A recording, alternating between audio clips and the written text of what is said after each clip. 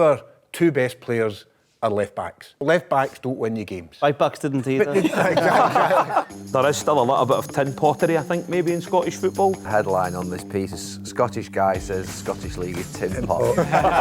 I think the most important player will be Angus Gunn.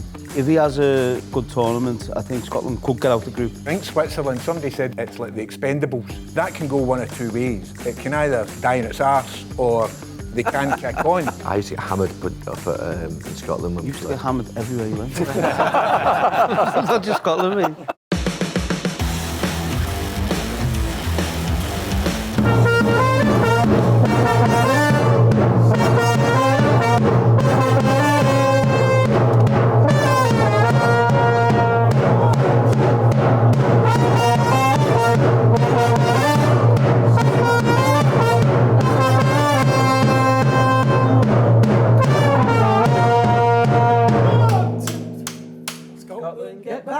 Everywhere they go, Scotland get battered. Everywhere they go.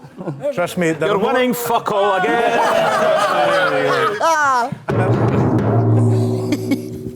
Right. I tell you, it's a hell of a game, though, isn't it? I mean, what a game. It reminds me of the '98 World Cup when we opened against Brazil. It's like the big showcase game, and we did okay against Brazil until we Scotland it by Tommy Boyd scoring an own goal. Always finding unique ways to make an arse of it, Aye, really. absolutely. But it's a free hit as far as I'm concerned. We're playing, the hosts at home, first game. As long as we don't get pumped, then it's a free hit, because I think Germany will beat the other two teams as well. So it's the next two games that are absolutely vital for Scotland. What do you make of the job that he's done, Steve Clarke? Well, he's amazing. I worked with Steve actually at Kilmarnock for a while. I worked in the media department at Kilmarnock for quite a while, so I know Steve, know how he works, and I think the job that he's done is excellent. Steve has this kind of deadpan thing about him, but inside he's this young boy just desperate to do well for Scotland. But what he does, obviously, from his time at Chelsea and his time at England, West Brom, things like that, he's able to bring this calmness to the group. I think you probably agree with that. He brings this calmness to the group.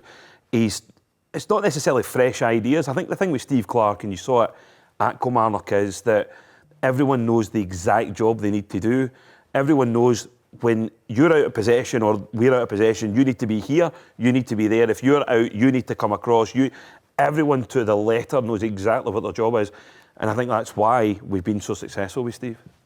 What can we expect from him in this tournament? You've never actually made it out of a group phase. Is there a chance that can happen? Yeah, I think so, aye. The problem we have is I don't know what Switzerland or what Hungary is going to turn up, because they've both got... Because I think Switzerland, somebody said that it's like the Expendables. Like, this is their last shot at glory, if you like, before a lot of their golden generation go on. That can go one of two ways. It can either die in its arse or they can kick on. So... yes, there's a chance, because we play like Gavin was saying there. We play like a club side. You were all, when you were doing this guy might play here, you might do. Nobody's turning up for Scotland going, where am I playing? Do the basics brilliantly is probably the Steve Clarke mantra. If you do the basics brilliantly, everything else will probably fall into place. It's not over-engineered. It's not, a million hours of, looking with the analysts. There's, your job. You do the basics. Everything else will come. I mean, don't get me wrong, Austin McPhee is fantastic when it comes to set plays. I think in Scotland have only conceded corners against Holland and France in the last cup, whatever. So I think when you see how they set up for set pieces, you see how dangerous they are at set pieces as well. And Scott McTominay's been a revelation for Scotland, I think, too. And I'd probably expect him to start, if I'm being honest, as well. That's the other problem. When you're talking about doing the basics, as weird as it sounds, that's the hardest thing to do as a football player, is to do the basics well. So you'd have players obviously bring a bit of magic and off the cuff and they'll score you a goal, but actually getting a group of players to do the basics well is very difficult. And you see that Man City do it, but obviously then you have the superstars. Arsenal do it. If you look at Manchester United, you look at some teams throughout the Premier League, a lot of them don't do the basics well, and that's what cost them. That's so difficult for players to do as a team. And you mentioned there about City. The thing that's holding Scotland, that will hold Scotland back, it didn't Wales, is that Wales had this generational talent in a position that can win you a game. Our two best players are left backs.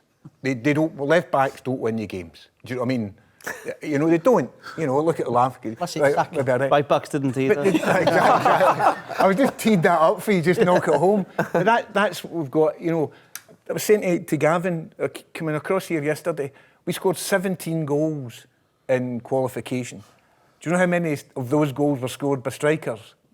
2. Yeah. Right, McTominay, right, Big Scott, fantastic, love him. But he's revelled in that role that Steve's given him. Steve's kind of given him a freedom maybe he's not had at Manchester United, I think. So he's able to go and express himself. He's able to get himself into, I think maybe two or three of his goals this season have been pretty much carbon copy. He gets into this area just at the edge of the box, and whether it's a toe poke home or whether he places it, he just knows where to be, and he knows where to be at the right time. And I think that's going to be huge for Scotland. There's probably, I don't know if it's an arrogance about England fans towards Scotland. I actually want Scotland to do well. I've always, whenever I've gone to tournaments, whether it's Wales, Ireland, Scotland, I always want them to do well. So I don't share that, okay? I'm not going to have a solid stool between now and when England go out. I'm the same. I'm the same, actually. I would want, actually, Scotland to do well. But there's always this feeling that you're going to have this tremendous support, this incredible army of fans that will go over. But the reality of it is that it'll probably sort of, the football will I think it has done in previous campaigns. You know, I think it has done. How's this different? There's just a different feel. I think the way we play is better. Okay, I think we've won 1 in 9 coming into this. And you look at you look at the warm-up games. Warm-up games are warm-up games. I think Finland there's some positives to take out of that. We draw to each, but there was a lot of positives, and then it just floated into friendly mode. You boys will know yourself. It's probably very difficult to get up for a friendly. But also, you don't want to get injured. It's the last thing you really want. I don't expect, if I'm going to Hampden to watch Scotland, send them off or anything like that, I'm not expecting swashbuckling football. I'm not expecting flying tackles. I'm expecting to see us do the basics. And maybe I would be expecting us to win the game. But I'm not expecting anything fancy. It's a warm-up game. It's there for a reason. It's there for Steve and the management team maybe just to look at a couple of little extra things that they need. But then, of course, we've got Lyndon Dykes is injured. And I think you were saying this. It's maybe spooked a bit of the team as well. So that's the last thing you want is big guys, you know, guys like Callum McGregor, guys like Scott McTominay, guys like Kieran Tierney, who is a little bit injury prone. These guys don't want to get and pick up more injuries going into. And there's something maybe in there that this could be a last. It could be a last tournament for maybe a couple of them. Who's Scotland's star player?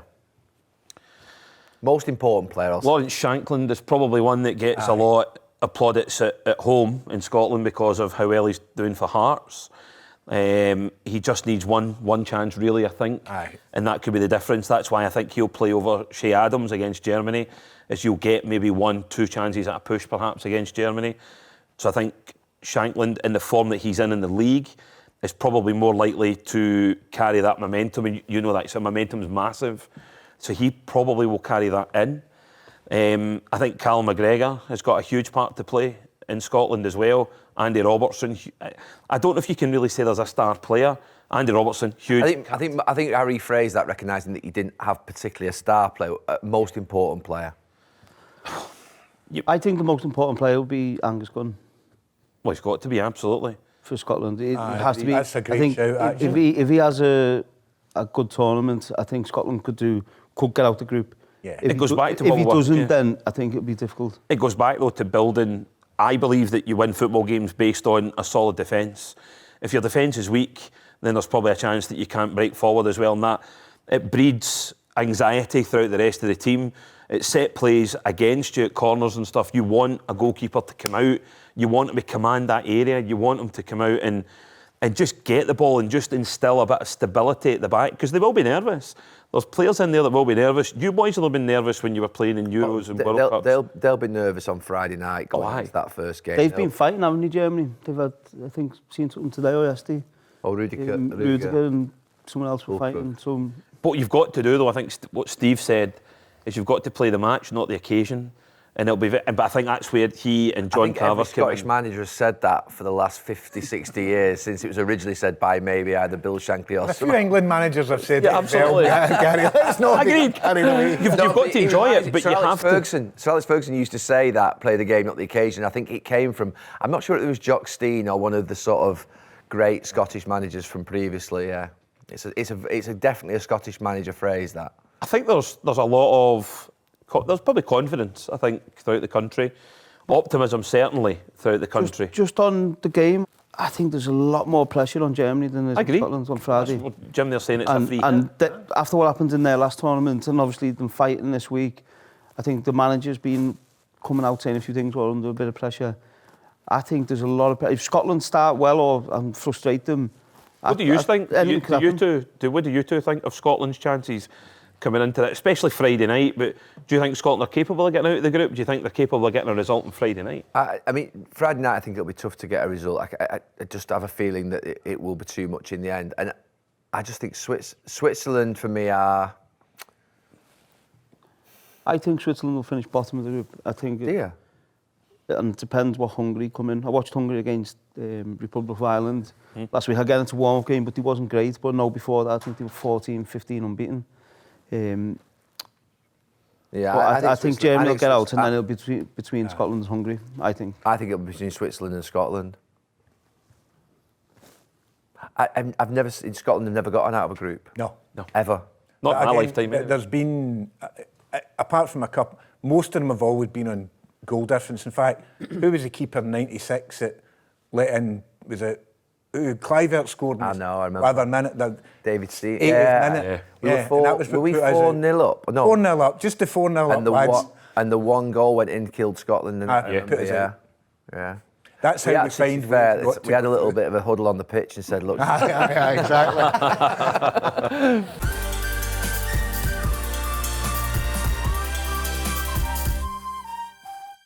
Any of our England fans want to contribute to the Scotland chat? Feel passionate about Rory? Let's have a... I think, to be fair, I think the bigger threat to the Scots are Hungary.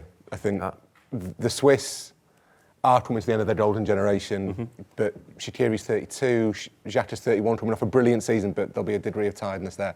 Whereas Hungary have got a real momentum behind them. I think they've not lost since October 2022 or something. Yeah, it's a long time. 14 or 15 games, I think. They've not lost. They've got one star player, Szoboszlai, and then a lot of good kind of mid-table Bundesliga players. But there's a lot. It's a big political thing in Hungary. But there's a lot of national pride. They'll take huge numbers of fans. Yeah. They'll have the black-clad ultras behind the goals.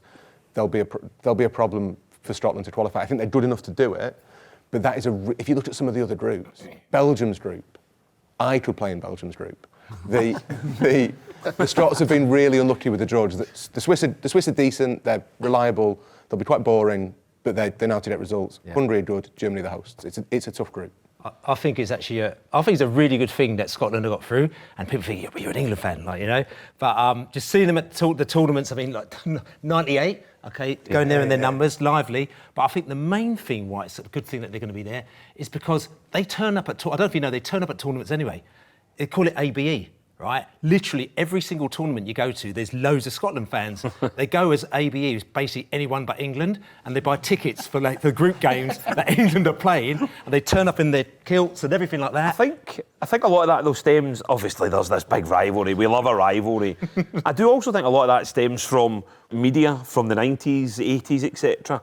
There's a lot of that. There was a few of us talking during the break about how we still feel in Scotland. The English media tries to, like, even if you're getting an England game on STV, so that obviously it's on the ITV network, but then there's a lot of people go, why the hell's that on? And the Scotland game's not on, so there's things like that. But then there's also, you know, the way that the English media try and portray themselves. It's more newspapers more than broadcast. I say that because I'm in broadcast, but but I think the newspapers, as we were talking about, they want to grab these headlines, they want to try and push Scotland down when they can.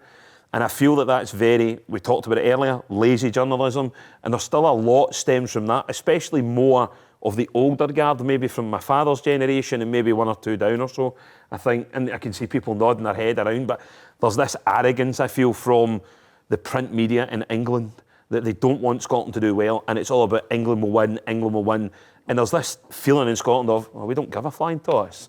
Do what you want, we don't care. So that's where I think this anyone but England has came from. There's definitely an arrogance from England fans towards Scotland, without a shadow of a doubt.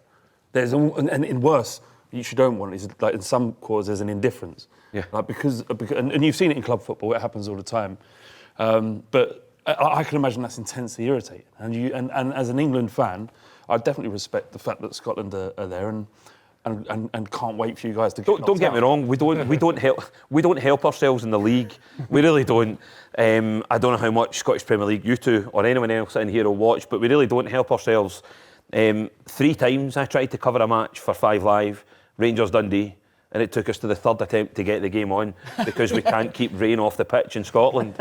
Like, do you know, and rightly Dundee have been and dealt with. That's a completely different story for something else, but there is still a little bit of tin pottery, I think, maybe in Scottish football. I might get shot down for that by those in Scotland, but realistically, I still feel that we don't... The product's probably as best as it's ever been, and you're starting to see that with the national team and the way that Steve sets everything up.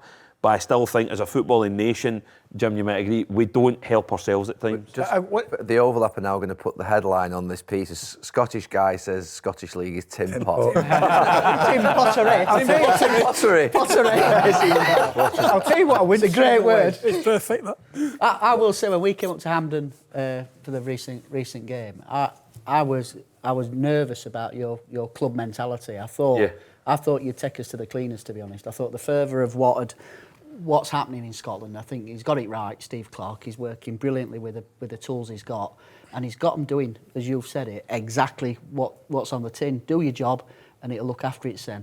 And I genuinely thought we were in for we just can't get up for a friendly. A rough we just can't. Genuinely, we just can't get up for a friendly. There's this against England. You can. Yeah, well, you should get up against England, but realistically, I think there's a lot of pressure as well from the club managers. Yeah. Obviously now you've had some really important players who are playing big roles for the clubs. Absolutely. So when you're going into a friendly game, it's going to happen where the players are wanting to come off after 45 minutes. It's the bread and butter though, isn't it? You know, that's it's what pays their mortgage, it's what keeps their families. That's ultimately these guys' jobs.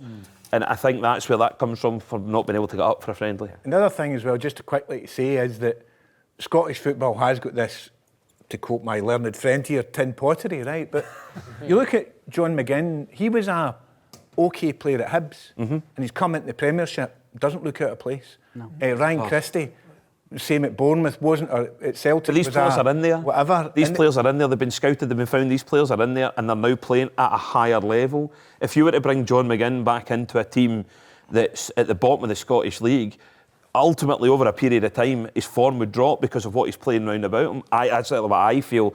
You're putting really good players into world-class teams. They're going to be brought up. They will be brought up by those. You've always had good players, Scotland, haven't you? And you go back throughout the years, you think of the players who've played over in England, from Scotland, some of the best players that have played in the country. So they've always produced good players. They have. I think it's more of... It's that next You need step. the finances for the league to improve. That's not going to happen. Yeah, when I was, you're growing up and you think about sort of Souness and Hansen and Dalglish, Brian McClare, Gordon Strachan, all these sort of great players, many more. Same with the Republic of Ireland, fantastic players, Welsh players, Ian Rush and Mark Hughes. And it's not just happened actually with the sort of home nations, but it's happened with England. Probably I think it's coming back a little bit, where the English academy players are being more respected now and coming through. Scottish players are starting to come back through again. I think we recognise, probably lost faith in our home nation players for quite a while when the Premier League was going from being if you like, the old Division 1 to the Premier League, then going to sort of, if you like, an international league, which it has become. But I think there's now a rebalancing back, I think, through academies and through the EPPP and through the fact that there's been more faith, maybe what Gareth's done with, and sustainability, I think. Well, there's business models on that as well, isn't there? So I think that it's good to see Scottish players, I think, being more predominant, being more prominent, if you like, in the Premier League. Because I have to say, 10 years ago, and I was asking the question, where are all the Welsh players? Where are all the Scottish players, the Republic of Ireland players, the Northern Irish players? They were the best players in the league, some of those players, as you've said. And there was, like, non-existent almost. English clubs stopped shopping in Scotland. They looked at the SPL and thought, it's that arrogance again. we can round up players probably cheaper. Because Celtic and Rangers don't want to sell to English clubs, particularly, because it kind of imbalances that power dynamic. Yeah. The players were always in Scotland, but you can get them cheaper in France, so don't get them from France. And then you can get them cheaper in Argentina, get them from Argentina. Yeah. And the difference at youth level, I'm not saying for a second that it was beneficial for anything, is Brexit. Can't get players in. It's so difficult to get players in now. So you're looking back in Scotland. That's what a more positive outlook for Scotland, which is good. Even though we used to get hammered, but I used to get hammered up at, in Scotland. You used to get hammered everywhere you went. Not just Scotland, mate. You used to get hammered when he walked into our dressing room. Quite rightly so. Rory, a little bit on the rest of the teams that we're not talking about. We obviously, I think, talked a bit about France. I think you've mentioned Portugal. We've obviously talked about England being potential. Is there anyone we're missing out on here that you think we should be talking about? Well, Wayne's stolen my thunder. If you look at Portugal's squad, it's nuts. If you go through that, if you try and list all their good players, take us through the starting 11 and what it would look like. You'll forget three. Well, you've got Diogo Costa, the Porto goalkeeper, but then it's in midfield and attack that you've got the real strength. I will forget somebody. Vitinha, João Neves at Benfica. Bernardo Silva's okay at Man City, he's a pretty good player. Rafa Leao, probably the most talented player in Italy. Diogo Jota, some tall guy who's played for Man United and Real Madrid. He's a substitute now, can still score penalties. The depth that Ruben Diaz in defence, the depth they've got everywhere is incredible. For a country that small, they are, I think, they're a real threat. Well, see, when we were talking about the balance of England's team, so if you watch how Portugal play, they build with a back three, and they have one in midfield. And you have six across the front line. So we're a bit cautious in like how we defend. They just get the attacking players on the pitch and they'll be tough. I think the Dutch have got that kind of, they've got a nice balance to the squad. They've got 2 or 3 really kind of big players who'll deliver. I'm not quite sure where their goals will come from unless it's set pieces, but... Their problem's been actually the last few years that they've just not produced centre-forward. They always produce great centre-forwards, haven't they? Well, it's because, someone once explained this to me, that basically in Holland, every team wants to play out from the back, and it's a development league, so all the players are young. So you get a lot of young centre-halves who are great on the ball, which means the best way to beat a team with young centre-halves who are great on the ball, get a massive striker. Just get a really big striker. And if you go back through the Eredivisie top scorers, it tends to be Greeks who are 6'3". That's what you need to succeed as a striker in the Eredivisie. Just be a 6'3" Greek. And you'll score loads of headers, you'll get a big move, you'll be rubbish wherever you go, and then your club can reinvest. There's no centre-forwards out there. If you look around world football... No, but if you think of the Dutch, I probably was... Yeah, I know what you're saying, but... Forget centre-forwards, they produce some of the best wingers you'll ever see as well, and wide players. You're looking at Harry Kane and Haaland. Even just in the Premier League, them Watkins maybe after that. There's no forwards. Yeah. So that's where you're saying the game change, where everyone's trying to play out from the back. And I go and watch my kids play, and under-8 football at times. The 2 centre-halves next to the goalkeeper, they're playing out from the back, and then they concede the goal, and they try it again, they concede another goal, and it's like, the time to develop, but ultimately you need to develop how to win as well, and how to manage a game. Not at under-8, but the older you go up, and then the centre-forwards are getting forgot about, and they're not getting the ball, and so the game has changed a lot, where there's actually not many number 9s out there at all. So Portugal, Holland, France, obviously. Spain, I think, there's all the traditional ones you can make a case for. So Spain, you could see a pathway with a team with Rodri in it, just not losing any games. Italy probably got the most accomplished coach in the tournament in Luciano Spalletti. The squad's it doesn't have all the stars that it had 10, 15 years ago, but they're still the Italians, they're good at the Euros. Belgium, I think, have been pretty impressive under Tedesco. I think he's basically unbeaten. And to be honest, no one's gone into it in a rich vein of form. So England obviously lose to Iceland, but the French drew 0-0 with Canada, and they beat Luxembourg 3-0. That doesn't strike me as being a very worthwhile warm-up game.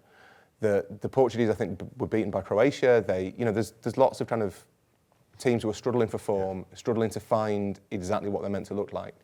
So it might be that there's space for someone less traditional. I think Austria look quite good as a potential, and Hungary, they'd be the two. Yeah. Sorry. They'd be the two from outside that traditional group of like 8 who you'd expect to do well, who maybe could cause a shock. Are we not just looking? I mean, obviously, when is France not just the outstanding team that if they don't blow up, go on and win this? Yeah, and they could also have sent a second team of 26 players who would stand a decent chance of winning it as well. Yeah. But I don't know. Said the same in the last Euros, and they sort of. I think what France have got is a real good experience and blend with the squad, haven't they, of players who've been successful. I think that's, for me, that's the difference with France and England. That's the only difference. Where got players who know how to win. England, there's very few players who have won many things in the squad. I remember in Qatar, what was really striking about France was the fact that Griezmann, who you think of as being this kind of electric forward, Griezmann now just kind of does whatever he needs to, whatever job needs doing, Griezmann goes and does it. And so if he wants to play as a 10 for a bit, because that's what France need, that's Griezmann. If you need someone to kind of run beyond, that's Griezmann, drift out to the left or the right, kind of fits in everywhere. And having that kind of player who can just make those decisions for himself in a game, I think it's quite rare now. Yeah. So I'm just going to do a little straw poll of who's going to win it. England, hands up. We got 4 hands. France, hands up. A lot of hands there. A lot of hands.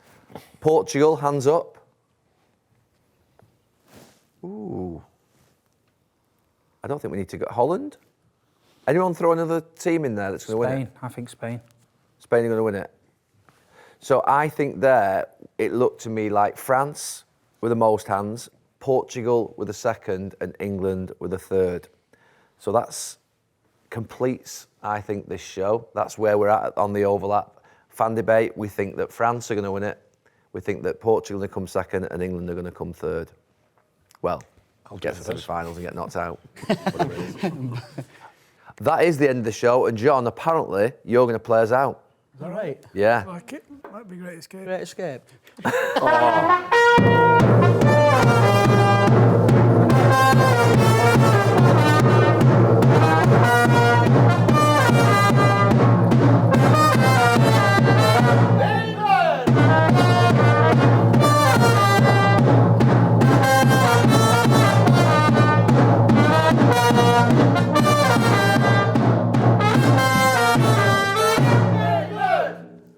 I always wonder why we're not liked.